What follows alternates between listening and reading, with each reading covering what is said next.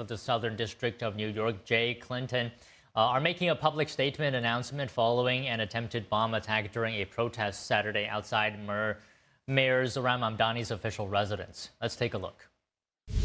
Charges have been filed in the Southern District of New York against two individuals, Amir Balat and Ibrahim Qayyumi, in connection with that attack. The defendants are charged with attempting to provide material support to ISIS, using a weapon of mass destruction, transporting explosive materials, interstate transportation and receipt of explosive materials, and unlawful possession of destructive devices. The complaint sets forth the factual allegations supporting those charges.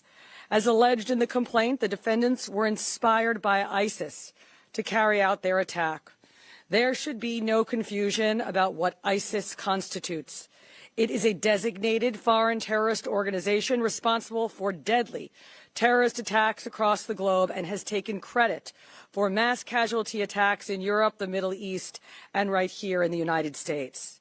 And as alleged, both defendants have admitted that they acted on Saturday because of ISIS. As Qayyumi was being placed into an NYPD vehicle following his arrest, a person in the crowd asked why he had done this. As shown on NYPD body-worn camera footage referenced in the complaint, Qayyumi responded with ISIS.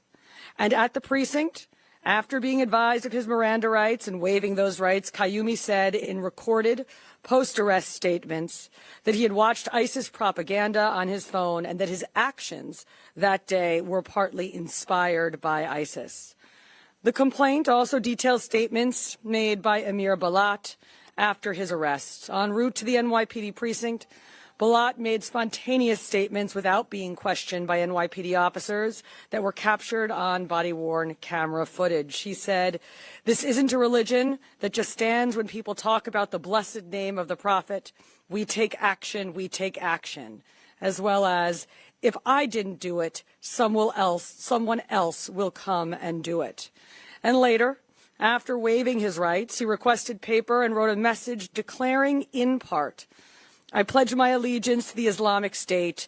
Die in your rage, you kuffar." Now, die in your rage is a commonly known ISIS slogan, and kuffar is an Arabic term that refers to non-believers. He also told investigators that he had hoped to carry out an attack even bigger than the Boston Marathon bombing, which he noted resulted in only 3 deaths. These statements, as set forth in the complaint, make clear that this was not random violence. This was a planned attack motivated by extremist ideology and inspired by a violent foreign terrorist organization. The complaint alleges not only why the defendants acted, but how.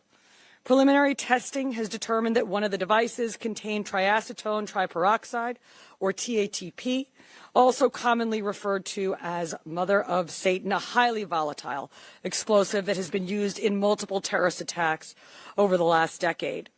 As we have previously discussed, the NYPD identified a vehicle yesterday on East End Avenue that was linked to the defendants. Inside that vehicle, investigators recovered handwritten notes referencing TATP explosive and listing chemical ingredients for the type of explosive device used by the defendants on Saturday.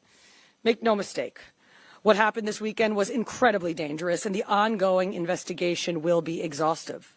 From the first moments of that investigation, the NYPD has been working seamlessly with our federal partners, many of whom have joined us here.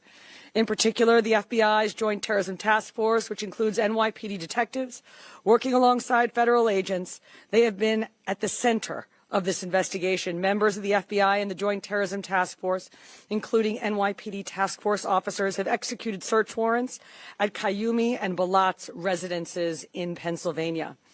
Another important note, the two defendants arrived in New York City roughly 1 hour before they were arrested. According to our investigation, they crossed the George Washington Bridge with a license plate reader ping at 11:36 a.m. on Saturday, parked in front of 48 East End Avenue between 81st and 82nd Streets at 12:05 p.m., and walked to the protest. They ignited and threw the devices at approximately 12:15 p.m. and were immediately arrested thereafter. I want to thank our great United States Attorney Jay Clayton for his extraordinary partnership, as well as the prosecutors from SDNY for everything that they do, especially for their work on this investigation and their forthcoming prosecution. I also want to thank the FBI, especially James Barnacle, Assistant Director in charge of the FBI New York Field Office, and Rob Kassane, the FBI Special Agent in charge for counterterrorism, as well as the Joint Terrorism Task Force. We are grateful always for the FBI agents and Assistant U.S. Attorneys who have been working around the clock with us since Saturday. Finally, and most importantly, I want to recognize the members of the NYPD who responded on Saturday and in the hours that followed. The officers assigned to that protest who ran toward a lit, improvised, explosive device, the bomb squad technicians who secured and analyzed the devices, the detectives and analysts who worked through the night to develop this investigation, and the countless members of service who helped ensure the security of the people of New York City during a very tense and dangerous situation. The NYPD remains on heightened alert, and our mission is simple, and that is to keep New Yorkers safe. That responsibility belongs to the nearly 35,000 members of this department who stand watch over this city and who are prepared to respond whenever and wherever danger appears. On Saturday, we saw that commitment in action. Thank you. Now I will turn it over to our United States Attorney, Jay Clayton.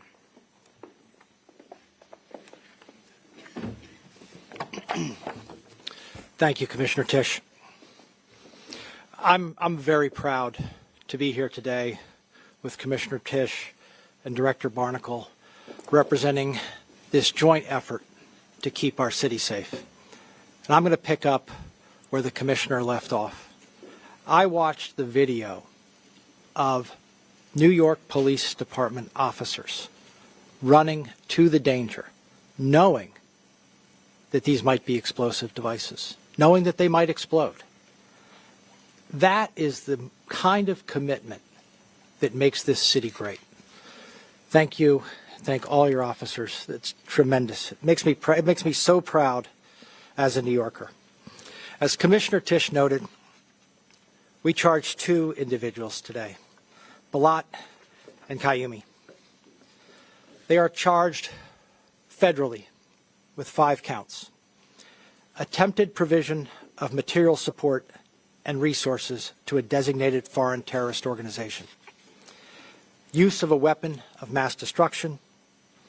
Transportation of explosive materials. Interstate transportation and receipt of explosives. And unlawful possession of destructive devices. The facts alleged in the complaint are just that, allegations. In our great system of justice, they must be proven, and the defendants have the presumption of innocence. Commissioner Tisch did an exceptional job outlining the facts alleged in the complaint. These were ISIS-inspired actions, and it is chilling that they wanted to do something more than the Boston Marathon, more than 3 deaths. Free speech and peaceable assembly are the bedrock of American democracy. But violence is not protected. And it's not protected protest. It's not protected speech.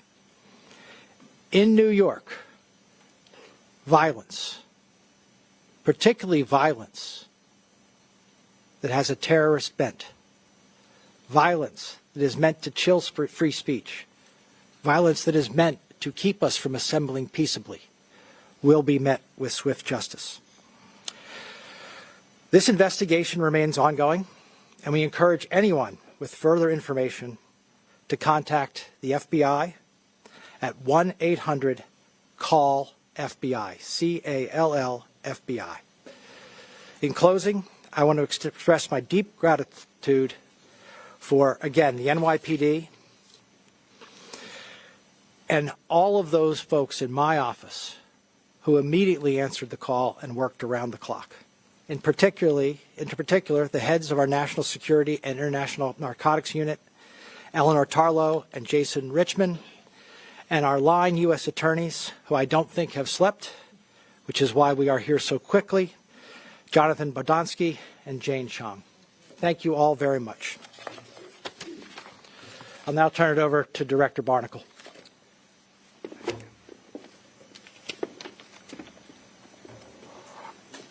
Thank you, U.S. Attorney Clayton. My name is James Barnacle. I'm the Assistant Director in charge of the FBI's New York Field Office.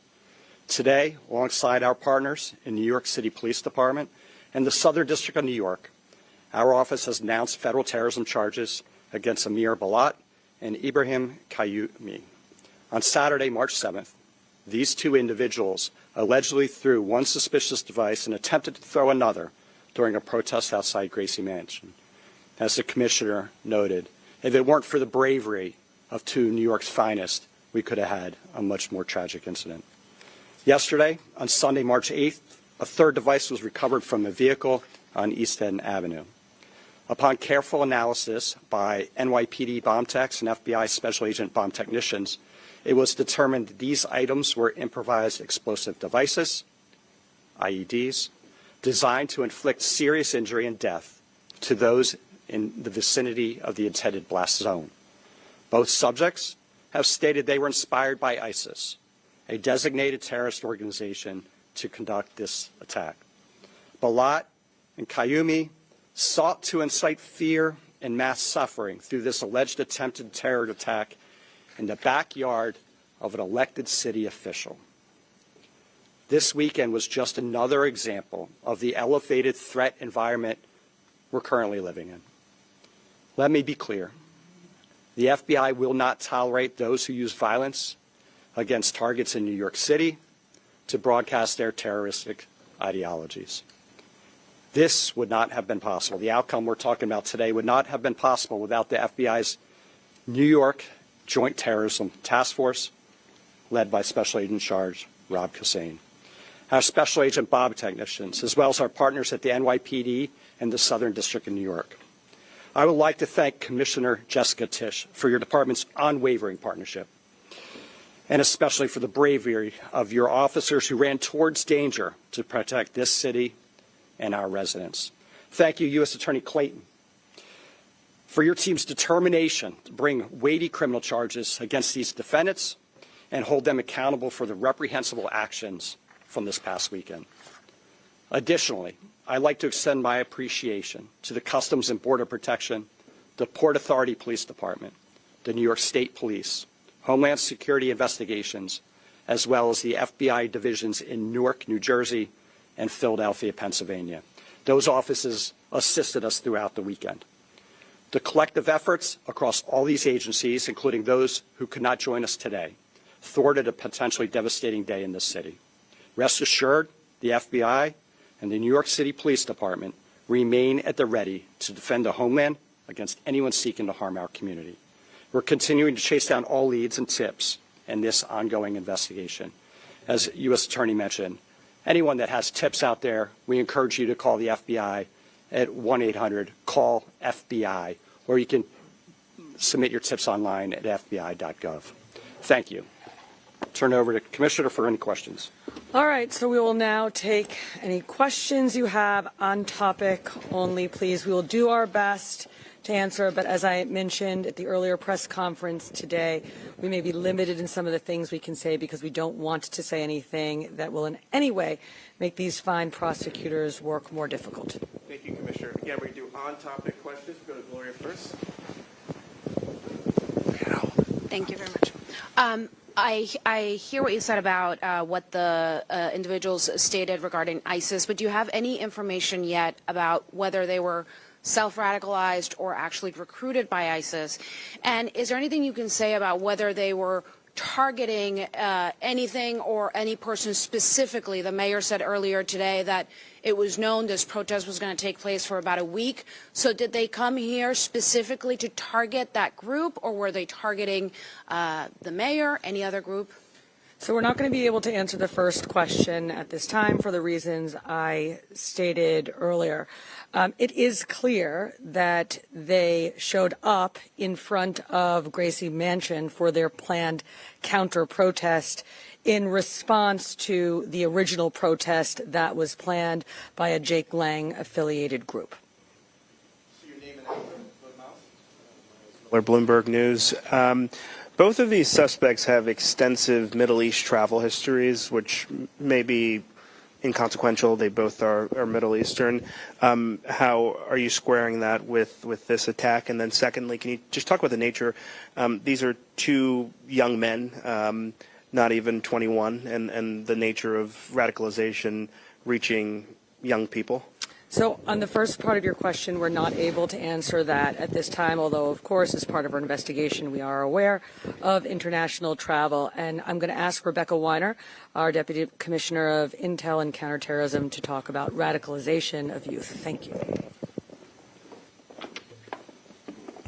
Thank you. And this is very much in keeping with the trend that we are seeing among ISIS-inspired adherents, both in the country as well as throughout the West. Younger and younger individuals who are radicalizing and mobilizing to violence. And this is taking place against the backdrop of social media, the dynamics of online culture. It's not limited to ISIS, it's across the ideological spectrum. Younger people mobilizing to violence, something we're tracking very closely. Have any of Jerika Duncan from CBS News. Had any of these two individuals been arrested before? Do they have any type of record? And how much time are they facing? And if I could get a third question in, can you describe how destructive those devices could have been? How many people could have been impacted if they were successful? So I believe that the two individuals in question do not have criminal histories or criminal backgrounds. And Rebecca, if you could explain more about that IED and TATP specifically and what it was capable of. As the Commissioner mentioned, TATP is highly dangerous and extremely volatile. And the NYPD and FBI bomb squads and bomb technicians did do controlled detonations of the two IEDs from the protest, which revealed a significant explosion. It's really important to note that had these IEDs functioned the way the perpetrators allegedly wanted them to, they could have caused death, destruction, extremely dangerous compound, an extremely dangerous place deployed.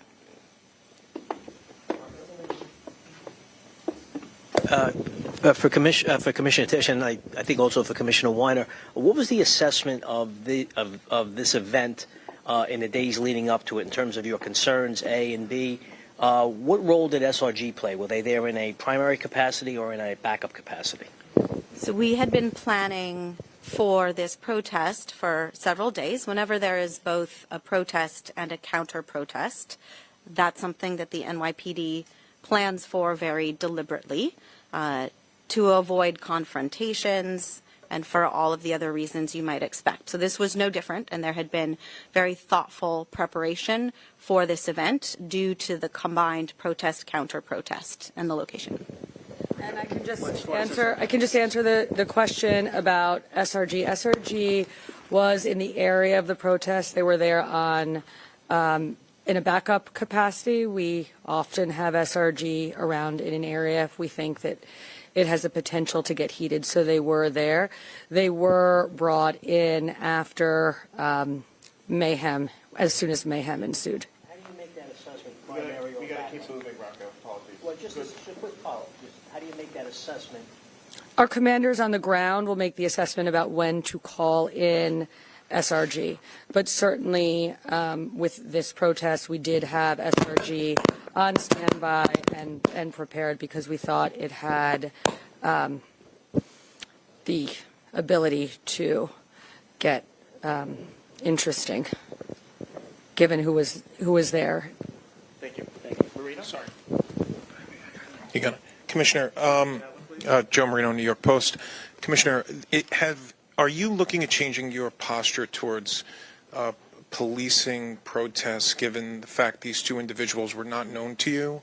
And is it causing you to reassess like additional resources you may need from an intelligence or patrol standpoint? So as you know, the NYPD remains on heightened alert. We really have been on heightened alert since the hostilities in Iran broke out about 1 week ago, which means extra counterterrorism deployments, heavy weapons teams, drones, aviation. This department, in particular, our intelligence and counterterrorism unit and teams have been out there in full force for the past week, as they are anytime something happens either in the city or around the world that we feel we need to deploy for.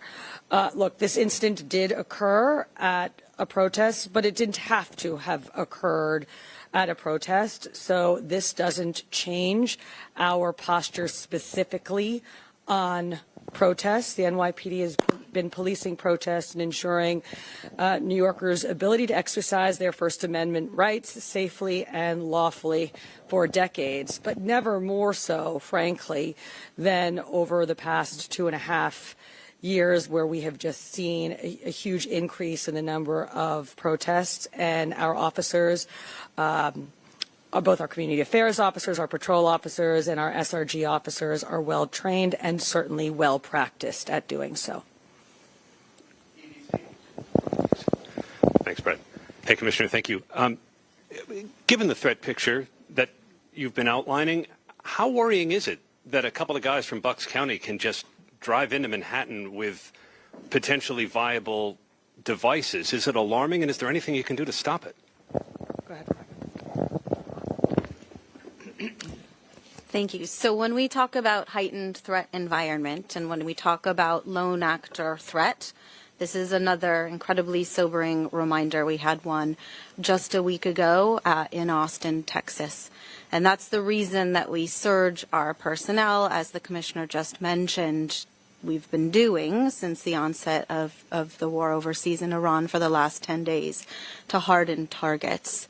Of course, some individuals will mobilize to violence without tripping the wires that we extensively set. And in that point, then it is the bravery of our officers who contend with a threat as it's unfolding on our streets, and in this case, incredibly bravely.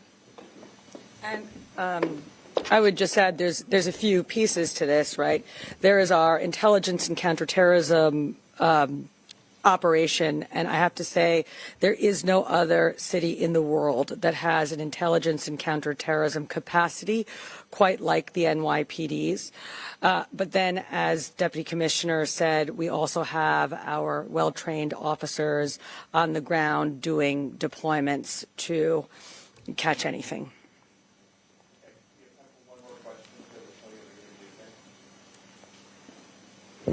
Tony DiStefano, Newsday. I guess this is for Commissioner Weiner.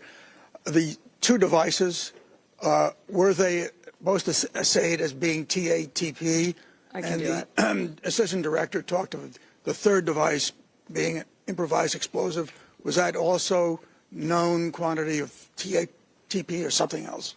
So let's talk about the first two devices first. They were both brought on Saturday to Rodman's Neck, where our bomb technicians and FBI experts looked at them jointly. We assessed quite comprehensively one of the devices, and we determined that that device contained TATP.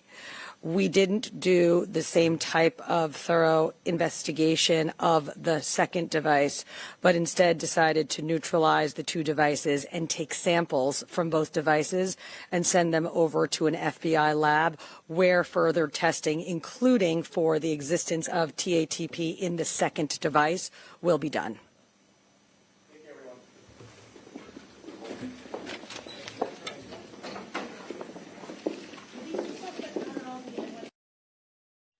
And that was NYPD Commissioner Jessica Tisch giving updates on the two individuals that were arrested during the protest. And they're charged with 5 counts federally, including the use of a weapon of mass destruction and connections as well to a terrorist organization. And Jessica Tisch saying that ISIS had an influence on their actions.